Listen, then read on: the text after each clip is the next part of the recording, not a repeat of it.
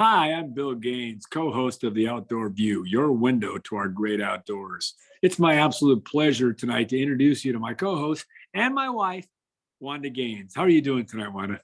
Good. Hey guys. Hey, Wanda, I've got to give you 100% of the credit. The Outdoor View was your idea. You're the one that came up with it. And as you started explaining what you wanted to achieve with it over the course of the last several weeks and months, years maybe now that we've been talking about it, I got more and more on board and realizing, wow, this has really got to happen. This is good stuff. So kudos to you for that. Hey, what prompted you to start the Outdoor View? Well, actually, when I began focusing more on the outdoor view is when the pandemic began. Uh, Businesses shutting down, private businesses, nonprofits, places that needed a storefront could no longer go to work. Organizations, primarily conservation organizations that are doing great things at the ground level, could no longer do events and fundraisers. So I began to think to myself, wow, this is pretty concerning, and we don't know how long this pandemic's going to go on and how it's going to affect businesses, not just outdoor related businesses, but all businesses. And so since you and I are involved in the outdoor industry, I started thinking to myself, I wonder if we did something like the Outdoor View, if that could be a place where we all could unite and provide the support that is so needed to keep our outdoor traditions alive. Yeah, no, exactly. And that's what one of the many things I thought that was so cool about it is that all of these organizations that you refer to, the conservation organizations, primarily here in California and nationwide, they've all got their own websites, but they don't really have a universal website, if you will. And your vision for the Outdoor View to kind of serve as a one-stop shop that serves them all and helps, to make the general public, those that are interested, aware of what these organizations are doing, both on the ground and their events and so forth. I think it's just something that's really got to happen. Yeah, me too. Me too. Yeah. Well, we've been married 35 years, believe it or not. It doesn't seem like that long, but we have. When I met you, we met in San Jose. I mean, you had been born and raised in San Jose. We didn't really talk about conservation when we were dating. I was an avid hunter and angler at the time, but we didn't really talk about that stuff, and then boom, fast forward, we get married and we move up to El Dorado County and live in a rural environment. And then you're more and more exposed to conservation. And now obviously you got a massive passion for conservation, but were you always passionate about conservation? Well, let me back up here. When I was growing up, I didn't really have any reason to know or think about conservation. It's kind of embarrassing to say that, but it's true. I just wasn't educated along those lines. My love for the outdoors back then was doing things like hiking, biking, camping. We went boating a lot, going to the beach. The beach was nearby. Or my friends and I would go to the horse stables and horse ride every now and then, things like that. As far as hunting and fishing or conservation efforts, I really didn't start getting more exposed to that until I met you. Not that I didn't know about hunting and fishing. I mean, I knew about those things. I just hadn't been around it or educated about it and what it meant as far as conservation efforts go. My grandfather was a hunter, but I only saw him once or twice a year. It wasn't until a couple of years after we got married that you took a job in the outdoor industry as a government affairs director. And that is truly when I began learning more and more about conservation efforts and just started soaking it up and enjoying and understanding, having lots of experiences. For the 35 years that we have been married, we've gone to countless conservation related events, whether they be, organizational fundraisers, maybe dedication events out on, out on the landscape on habitat projects or what have you. But I know going to all of those gave you an appreciation for conservation and the benefits it provides not only to wildlife, but to the general public as well. But are there a couple of events that in your mind perhaps really highlighted just how important conservation is to everybody? Right off the top, the legislative shoot that you and so many others put together every year. What is that called? I forgot the name of it. That's our California Legislature Outdoor Sporting Caucus trap shoot. Yes, that has resonated with me so much. I've seen you guys put that on for what, probably 20 years now, something like that. And I've enjoyed participating in it. And as our kids got older, we got them involved in it. But I've watched you guys as you invite all these different legislators from the Capitol to this event so that they can learn about what you're doing and know how you do it. And they also enjoy a meal with you guys, dinner with you guys, and everybody has a lot of fun. But what is so great about that event is all these legislators coming from both sides of the aisle, getting hands-on experience, and they get to form their own opinions about it by having hands-on experience. And then they go back to the Capitol and they make, they're part of these important decisions, public policy decisions that are being made on behalf of the people, the general public. And when they make these decisions, they're well informed, they're educated, and they're doing the best they can for the general public. Why? Because they took the time to get involved and to reap the experience so that they could go back and make better decisions. And I think that's something that we need from all people in leadership positions, because it's all too often that we know someone's in a position where they're voting on something that they really haven't experienced, but because of what they've heard, different opinions, they're voting on things, but not having the experience. And so I just think it's so valuable what you guys do at that shoot. And I think every year those legislators, I've seen them come back every year. They're excited about it. You guys always have 100+ attendees, Right. And everybody has a great time. And it's just very valuable, very important on behalf of the general public that they make great decisions that are well informed, educated, that they've had the hands-on experience. It's great. Yeah, you hit the nail on the head on that one.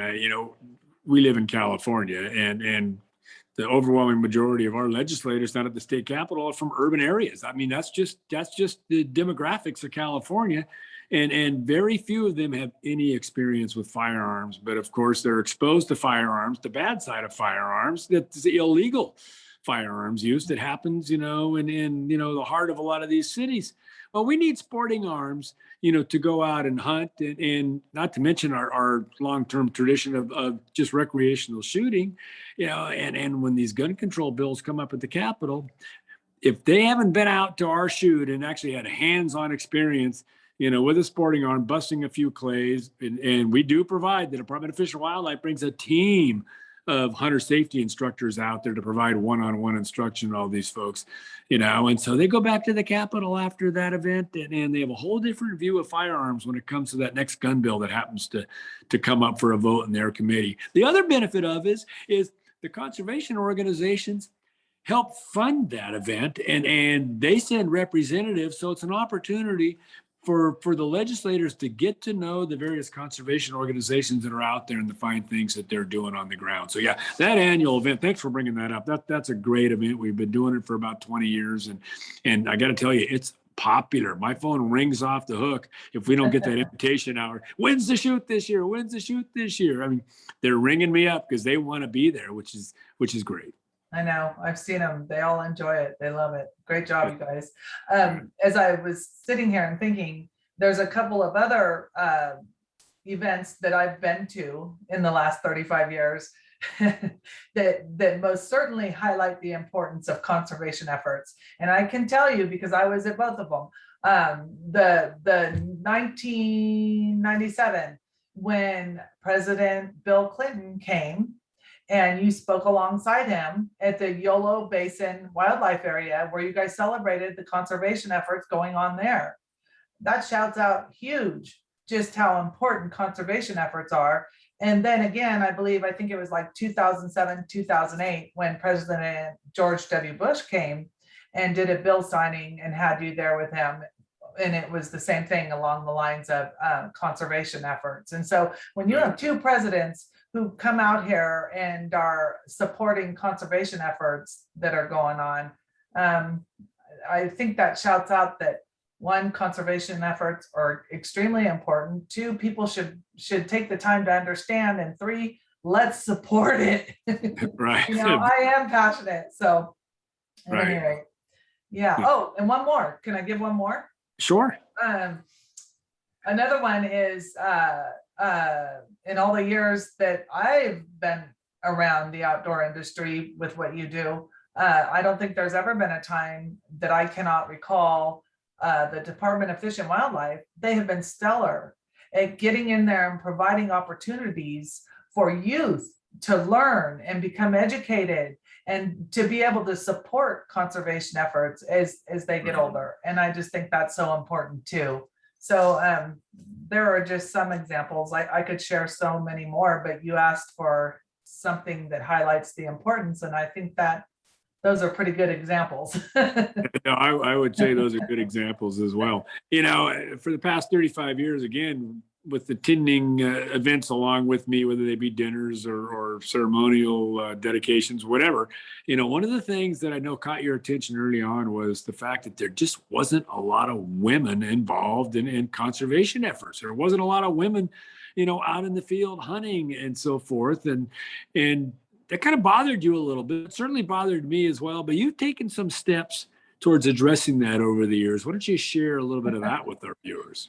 Well, about 15, 20 years into it, I started thinking to myself, every time I go to an event with you or fundraiser or whatever, it just seems as though there's not ever any women. I mean, there was sometimes, but not much. And so one day I remember sitting at one of the events and thinking, I wonder if I started an apparel line, if I could get more involved and get women involved and wanting to be in the outdoors and understanding more about conservation efforts and things like that. And so that's how I came up with Camo Queen, the elegant outdoor woman. Mm-hmm. So we've had a lot of fun throughout the years at different organizations and events that we've been invited to. And we've enjoyed many years at the International Sportsman's Exposition at Cal Expo and supporting our county fairgrounds here. And one of the things that we really love to do each year is when all the women get together and sporting Camo Queen on a Christmas float in the El Dorado County Christmas Parade. And so we have a lot of fun with it. And I think it did bring women out, getting more involved. The one thing that strikes me with Camo Queen is not only is it a fantastic apparel line, but it your efforts with Camo Queen just totally blew up the myth that if a girl wants to get out in the outdoors, she's got to dress like a boy, right? I mean, no. You mentioned the byline is the elegant outdoor woman, and your clothing line certainly does that. It allows the women to get out there, look their absolute best, and still be able to enjoy the outdoors, whether that's wildlife viewing or hunting or whatever it may be, and they can just still look fabulous and enjoy it. So, yeah. Kudos to you for that. Thank you. Yeah. Another one, if you're not going to bring it up, I will, that I think took a massive step, if you will, towards getting more women involved was when, a few years back, probably about 25 years ago now, when I was working for that statewide nonprofit organization here in California that did probably 70 dinners statewide, something like that. And that's how they raised all their revenue, was at these banquets where they had raffles and auctions and so on and so forth, and we didn't have one up here in the 50 corridor in El Dorado County where we live. And I remember you came to me one day and you said, why don't we have a dinner up here? And I said, I'm not sure why. And boy, you took that bull and ran with it. That's for sure. Oh my gosh. every event that I went to with you, I remember talking to the fundraising guys and going, we have a lot of people, outdoorsy type people up the 50 corridor. Why don't you guys do a dinner up there? And I'd always hear that they were too short staffed and stuff like that. And of course, it wasn't something that was your responsibility. You worked in a different department. But I finally got to the point where I thought, well, darn it, I'm going to start it myself. You know? And so I rang up 4 or 5 of your friends, said, meet me at Cattleman's. We're starting a committee. And I don't know if you remember, but we got together. And when I sat with those guys at Cattleman, I told them that I wanted women to be involved. And I wanted to call it the couple's candlelight dinner. And so on that note, there were committee members that started signing up, knowing that it was going to be a couple's candlelight dinner. And so we had an awesome committee. The people were great. They all did a great job. But at any rate, I remember one day I got a phone call from the head of fundraising, and him and I got into a huge discussion because he felt that our dinner wasn't going to make a whole lot of money. They were used to the dinners being attended by mostly men, which meant a whole lot more wallets, right? And so he told me, he said, Wanda, even though you're packing the seats, you're not going to make as much as these other dinners do. And I said, okay, well, you guys didn't want to do it. You couldn't staff it. Nobody else was doing it. So if I'm doing it, we're doing the couple's candlelight dinner. We already got couples involved on the committee. This is what we're doing. And oh my gosh, we blew their socks off with the money that we had raised. And that was because, if you remember, the men who normally didn't spend a ton of money when they went to those events, their wives were there. They were having a good time. They were looking at their wives and going, can I bid on that? And they were giving them the green light. Right. Remember all this? Oh, yeah. It was guys who would normally not spend money, but because their wife was there and they were given the green light, they were spending. And so were their wives, because the committee had gone out and made sure they got a bunch of stuff for women that was outdoor related. And we knocked their socks off with the money we made at that event. It was like a record maker. So that was pretty cool. And kudos to the committee. They were all just great people, and they did a great job. One of the biggest dinners for that organization for the entire 10 years that you chaired it, you know, and you had to blow up myths there as well. And it's funny because you look around now, that was like 25 years ago when I think you started that dinner. You look around now and almost every dinner, they sell couples tickets, you know, that they have women on the committee, you know, there's a lot of times, you know, the room's 50-50, men and women and so forth. That wasn't the case when you broke that mold, you know, 25 years ago, and it is now. So I personally give you a lot of credit for doing that and making couples dinners popular. And Lord knows they raise a lot of money as well. Thank you. Yeah, very good. Let me ask you, you know, you have been involved and exposed to the outdoors via what I do, and the fact that you fell more and more in love with the outdoors and over the past, you know, 30 plus years. Do you have a few special memories in the outdoors that you'd like to share with our viewers today? Sure, I can share a few stories. I mean, I can share with you, before we had kids, I remember you wanted to go out the opening day of deer season. And it was the same day as my 5-year high school reunion. And I remember thinking, oh my gosh, I want to go to my reunion. Wait, you know, so you begged me to spend the night in the Bronco 2 with you so you could hunt the next morning. And then we'd proceed to the Bay Area to my parents' house and get ready for the reunion.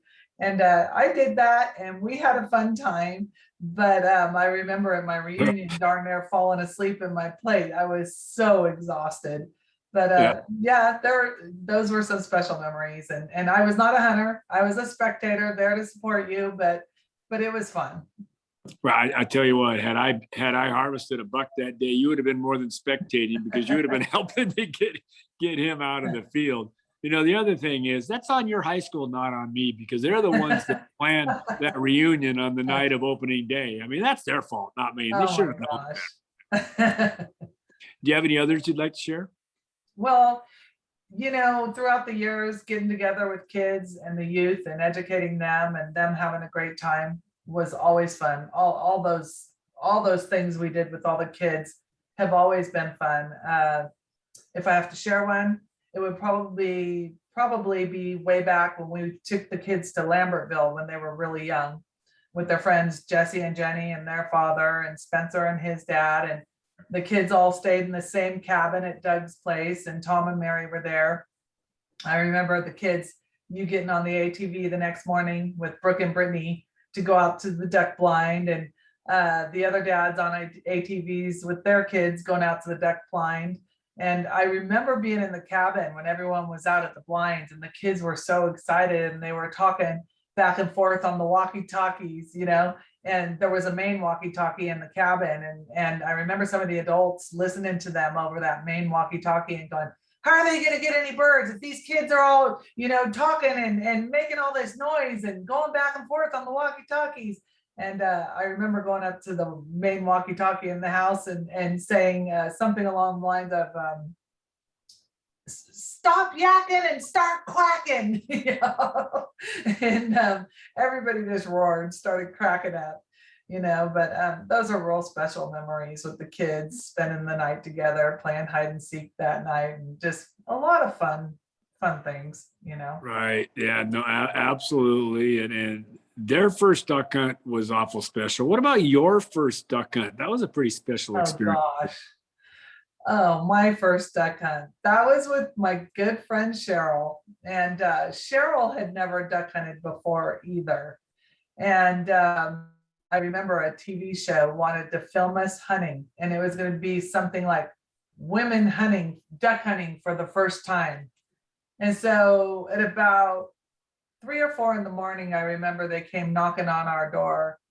Can we come in and film? We want to film you guys putting on your waders and putting your hair in your ball caps and all that before you get out to the boats, They followed us out to the dock, and we got on the boat, and I remember you having a flashlight, so we could see as we went through the tulies. And as we went through the tulies, you could hear the motor, and you had the flashlight going through the dark, but it was quiet, right? All you could do was hear the motor. All you could hear was the motor. And I remember just like that, a light switch, the birds started chirping, the frogs, the crickets, they all started making noises all at the same time. And I thought, oh my gosh, it was quite spectacular. It was like one of God's miracles to be going through these tulies, totally quiet, hearing the motor, and then just boom, everything comes on all at once. And I don't know about other people, but I had never experienced anything like that. And that was it was spectacular. And as we continued on and we went through the tulies and got out to the duck blinds, I remember sitting out there with you and looking up and just thinking to myself, oh my gosh, there are birds out here that I've never seen in my life. And I remember telling you, I just want to sit here and stare at some of these birds. I've never seen birds like this. And so, those are just super special memories, because had I not taken the time to experience that, I would never know that. And boy, it was quite an experience, something I'll never forget. Yeah. Yeah, no, that was very special, and that's something that probably most people will never experience. That's one of the things I'd really like to do, and I know you would too with the Outdoor Review, is to share some of those experiences so people can see a little bit of what they're like, and hopefully that'll motivate them to get out there and actually share them in person, Absolutely. Oh, go ahead. I was just going to say, we've got a lot of interviews, really exciting interviews that we're going to do over the coming weeks and months here on the Outdoor Review. We sure do. Yeah, it's going to be a lot of fun. It's going to be a lot of fun. One of the things that I want to do is I want to dive into some of these stories in a little bit greater detail and maybe share a few a few additional memories, maybe some photos and stuff of some of these really unique, fun, and very memorable times that we've had in the field together over the last few years, for sure. Oh And, yeah, yeah. Another memory, can I share another one? sure, absolutely. Along the lines of the TV shows, I remember when the National Wild Turkey Federation called and wanted to come out to California to do a show on disabled people accessing the outdoors. And I remember when they came out and you took Brittany and when that show aired, I remember you and I sitting there and it was just so touching. It was just so special. They did such a great job at explaining the importance of providing access for disabled people to get into the outdoors, just like you and I, so that they could experience these awesome opportunities. And it just meant so much to us. I mean, it was our daughter in the show, I know, and it just really meant a lot. They did such a great job. And I know that you and I have talked about getting that put in digital form, and I would love to share it with some of the viewers one day, because it is so important to make sure that everyone has access into the outdoors, you know? So, but they did a great job with that.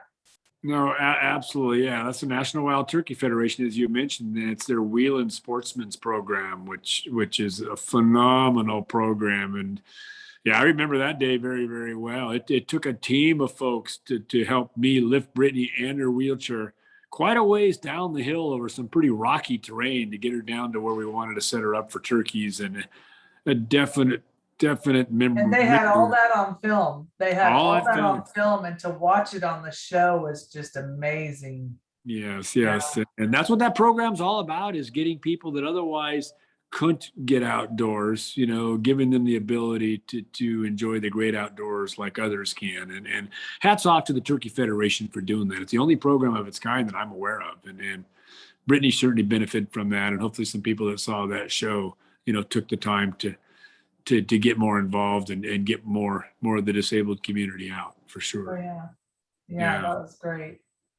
Well, Wanda, as I mentioned a minute or two ago, I mean, I'm really excited about the Outdoor View. I think it's a website, Facebook page, whatever you want to call it, that really is long overdue. I mean, I think the general public is screaming for something like this. And if you haven't been exposed to the outdoors yet, this is your perfect opportunity to be exposed to the outdoors. And if you have been exposed to the outdoors and you love it and you want to learn more about, the organizations or the agencies that are doing good things, how you can support them, where their events are, so on and so forth, this is the place. I mean, the Outdoor View is a perfect one-stop shop for all of those things. Oh yeah. And people need to stay plugged in, because you're going to be sharing some of the things about policies at the Capitol and how they can help support things in the outdoor industry. And so if all the viewers would make sure to tune in with our next show, because I'll be interviewing Bill, and you'll be learning more about him and what he does to support outdoor industry and all the efforts that go into conservation.